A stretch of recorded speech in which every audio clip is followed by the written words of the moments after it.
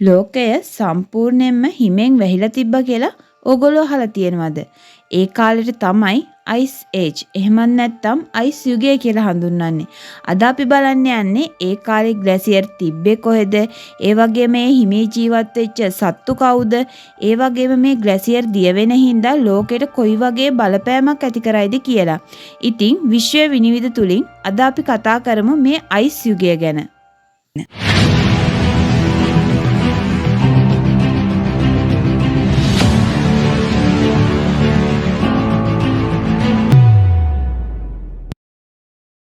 අපි මුලින්ම බලමු අයිස් ඒජ් එකක් කියන්නේ මොකක්ද කියලා.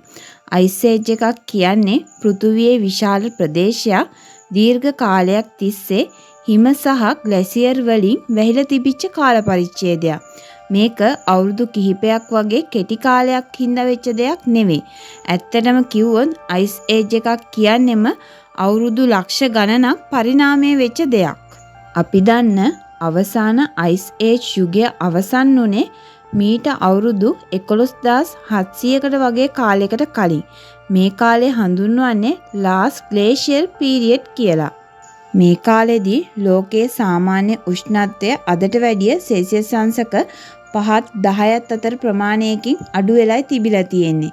ඒ හින්දා දීර්ඝ ශීත කාලයක් ඒ වගේම ඉතා කෙටි උණුසුම් කාලයක් පැවතිලා තියෙනවා.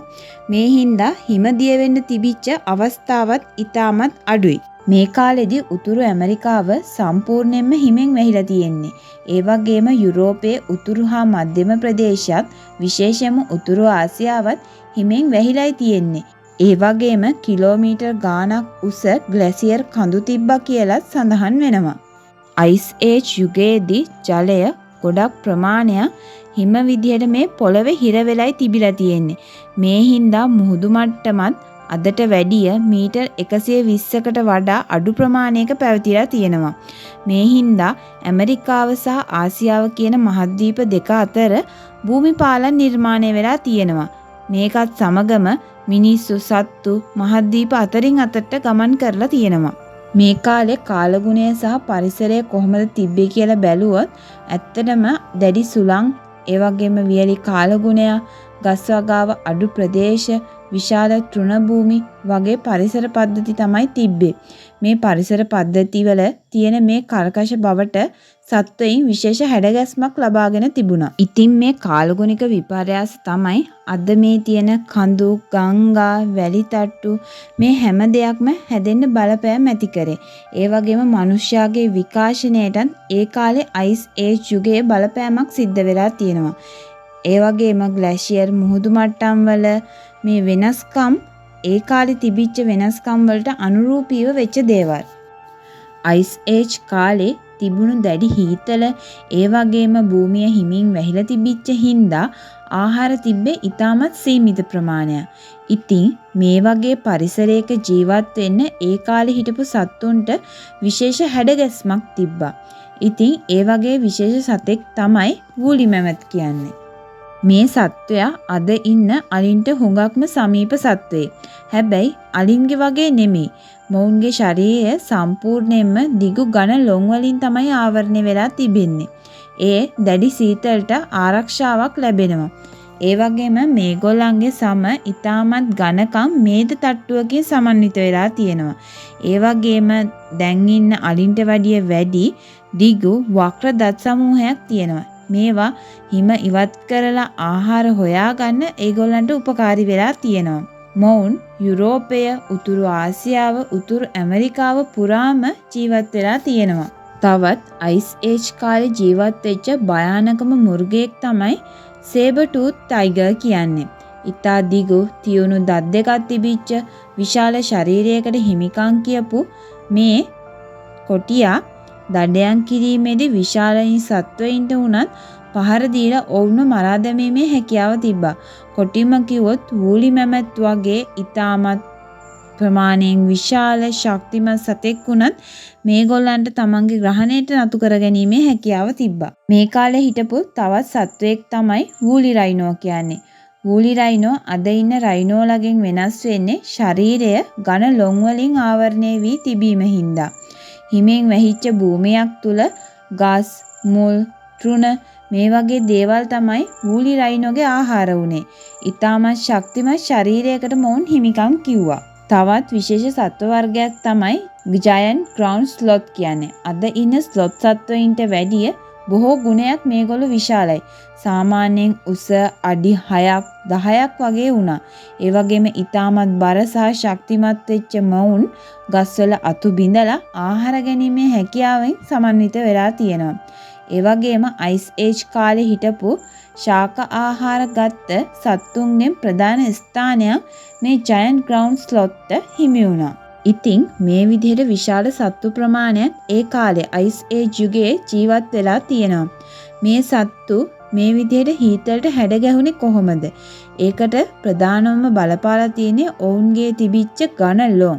ඒ වගේම ශරීරයේ උණුසුම තබා ගන්න ඔවුන්ට තිබිච්ච විශාල ශරීරයත් උපකාරී වෙලා තියෙනවා. ඒ වගේම හැමට යටින් තිබිච්ච ඝන මේද තට්ටුව සහ මොවුන් ගත කළ මන්දගාමී ජීවන රටාවත් මේගොල්ලෝ මේ විදිහට සීතලට ජීවත් වෙන්න හුරු වෙලා තියෙනවා. මේ සත්තු වඳ වෙලා යන්න ප්‍රධාන හේතු දෙකක් බලපාලා තියෙනවා. එකක් තමයි කාලගුණය උණුසුම් වීම. අයිස් ඒජ් යුගය අවසන් වෙන්නම මේ කාලගුණය උණුසුම් වීම බලපෑවා. හිම දියවීම, ඒ වගේම ඔවුන්ට ගැළපෙන පරිසර තත්ත්වයන් මේ හිම දියවීමත් එක්ක නැතිවීම හින්දා ආහාර දාමය විනාශ වුණා.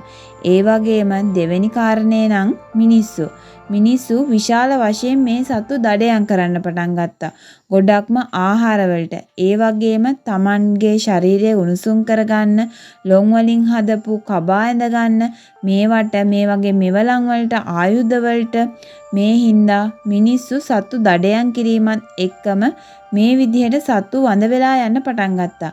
කාලගුණයේ වෙනස් වීමත් ඒ වගේම මිනිස්යාගේ තිබිච්ච ක්‍රියාකාරකනුත් හින්දා ඒ කාලේ හිටපු සත්තු මේ විදිහට වඳ වෙලා ගියා. අපි දැන් බලමු මේ අයිස් ඒජ් යුගයේ එහෙම නැත්නම් මේ හිම යුගය වර්තමානයේට කොයි ආකාරයෙන්ද බලපාලා තියෙන්නේ කියලා.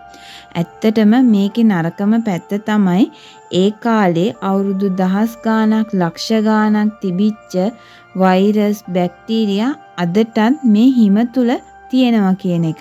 ඕගොල්ලෝ මේ කතාව ඇහුවොත් සමහරක් විට විශ්වාස කරන එකක් නැහැ. නමුත් මේක තමයි ඇත්ත. අවුරුදු දහස් ගාණක් ලක්ෂ ගාණක් හිම තුල අගුලුලාගෙන ඉන්න මේ වෛරස් බැක්ටීරියා සහ සමහරක් මයික්‍රෝජීවීන් මේ කාලගුණ වෙනස් වීම එක්ක ග්ලැසියර් දිය වෙලා අද ලෝකයට විවෘත වුණොත් අපිට නොහිතෙන විපාක වලට මුහුණ දෙන්න වෙන්න පුළුවන්. ඒ හින්දා අද වෙනකොට විද්‍යාඥයන් පරීක්ෂණ කරමින් පවතිනවා මේ ග්ලැෂියර් තුල ඇත්තටම මේ වගේ භයානක බැක්ටීරියා වෛරස් ඉන්න පුළුවන්ද කියලා. ඇත්තටම ඒ ගැන සැකයක් අපිටත් එනවා. නමුත් මේ හිමේ තියෙන අඩු උෂ්ණත්වය ඒ වගේම මේවැ ආලෝකය අඩුකම ඔක්සිජන් අඩුකම මේ හේතු කොටගෙන බැක්ටීරියා සහ වෛරස් වලට තමන්ගේ ජීවිතේ හොඳින් රඳා පවත්වාගෙන යන්න පුළුවන්. එහෙම නැත්නම් ඩෝමන් ස්ටේට් එකක නිද්‍රා තත්වයක තමන්ගේ ජීවිතේ තියාගන්න පුළුවන්. මේ විදිහට නිද්‍රා තත්වයක ඉන්න වෛරස් සහ බැක්ටීරියා වලට ඕනෑ තරම් කාලයක්. ඒ කියන්නේ දීර්ඝ කාලයක් හිමේ මේ විදිහට හැංගිලා ඉන්න පුළුවන්. ඉතින් දැන් තියෙන ගෝලීය උණුසුමත් එක්ක ග්ලැෂියර් දිය වෙනකොට මේ හිම තුල ඉන්න මේ පුරාණ ජීවීන් මේ බැක්ටීරියා වෛරස් මුදා හැරෙන්න පුළුවන්. ඒකට අවශ්‍ය උණුසුම, ජලය, ඔක්සිජන් ටික, ආලෝකය මේ හැම දෙයක්ම ලැබුණට පස්සේ මේ විදිහට නිද්‍රා තත්වයේ ඉන්න බැක්ටීරියා සහ වෛරස් නැවත සක්‍රිය වෙලා මේක මුළු ලෝකයටම බරපතල අවදානමකට ලක් කිරීමේ හැකියාවක් තියෙනවා. ඒ හින්දා මේ ගැන විද්‍යාඥයෝ නිරන්තරයෙන්ම පරීක්ෂණ කරනවා. මේ විදිහට ඉන්න පුරාණ බැක්ටීරියා අපේ මානව සමාජයට ලොකු බලපෑමක් එල්ල කරන්න පුළුවන්. මොකද මනුෂ්‍ය ශරීරය කියන එක මේ අයිස් ඒජ් යුගයත් එක්කම විකාශනය වෙලා තියෙන දෙයක්. ඉතින් අපේ ප්‍රතිශක්ති පද්ධතිය මේ වගේ අලුත් බැක්ටීරියාවකට එහෙම නැත්නම් අපේ ශරීරයට අලුත් බැක්ටීරියාවකට වෛරස් එකකට මේක තාම හුරු වෙලා නැහැ. ඒ වගේම මේක තාම අපේ ජීවිතයට ඇවිල්ලත් නැති හින්දා ඖෂධ එන්නත් මේ වගේ දේවල් නැති වෙන්න පුළුවන්. මේ හින්දා අලුත් රෝග, වසංගත තත්වයන්, ඒ වගේම සත්තුන් අතර පැතිරෙන රෝග, කෘෂිකර්මාන්තයට බලපෑම් වගේ අවදානම් ගොඩක් ඇති වෙන්න පුළුවන්. ඒ හින්දා මේ අවුරුදු 30,000 ගණන්, ලක්ෂ ගණන් පරණ බැක්ටීරියාවල් නැවත සාර්ථක කරලා මේවා නැවත සක්‍රිය කරලා විද්‍යාඥයෝ විසින් මේවා පරීක්ෂණ වලටත් භාජනය කරලා තියෙනවා. ඒ වගේම සයිබීරියාවේ දියවෙච්ච හිම වලින් මේ විදිහට පරණ වෛරසුත් හමු වෙලා තියෙනවා. ඒවා ලැබ් වල පාලන තත්ත්වයන් යටතේ වර්ධනය කරලා ඒගොල්ලන්ගේ ක්‍රියාකාරීත්වය කොහොමද කියලත් විද්‍යාඥයන් විසින් අධ්‍යයනය කරලා තියෙනවා. ගෝලීය උණුසුම ඉහළ යාමත් එක්කම මේ විදිහට ග්ලැසියර් වල තියෙන බැක්ටීරියා, වෛරස් පරිසරයට මුදා හැරුණොත් ඇත්තටම ඒක අපේ ලෝකයට භයානක ප්‍රතිඵල අත්කර දීමේ හැකියාවක් තියෙනවා. ඒ වගේම මේ විදිහට ග්ලැසියර් දිය වුණාට පස්සේ මේ ජලය මුහුදට එකතු වීමත් එක්කම මුහුදු මට්ටම ඉහළ යාම හින්දාම වෙරළ නගර, ඒ වගේම ඊටමත් කුඩා දූපත් ජලයෙන් වැහිලා යන්න පුළුවන්.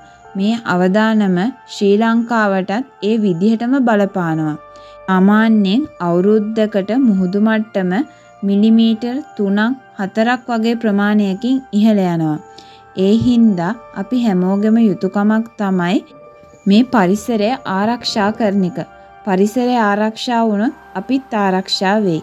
එහෙනම් අදට අපි නවතිනවා. අලුත් වීඩියෝ එකකින් හමු වෙමු. සුබ දවසක්. විශ්ව විනිවිද දකින්න අපු යාළුවෝ සියලු දෙනාටම.